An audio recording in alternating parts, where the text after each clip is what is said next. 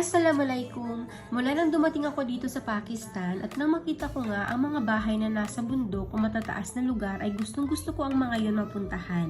Lalo na dito banda sa area namin dahil nasa mataas kaming location, parang Cordillera region nga sa atin. Kaya naman tuwang-tuwa ako nang i-invite kami ni Ayasbay na bumisita sa village nila. Buong pamilya nga kaming pupunta. Bago yon, dumaan muna kami sa Jugnya para bumili ng kebab. Favorite nga talaga namin ito, pinipilahan at ginadayo talaga ang pwesto na ito. Habang naghihintay nga kami kinahabi na bumibili ng kebab, ayan si Bunso ay umiral na naman ang kakulitan, habang si Kuya ay tahimik lamang. Grabe talaga ang pagkakaiba ng dalawang ito.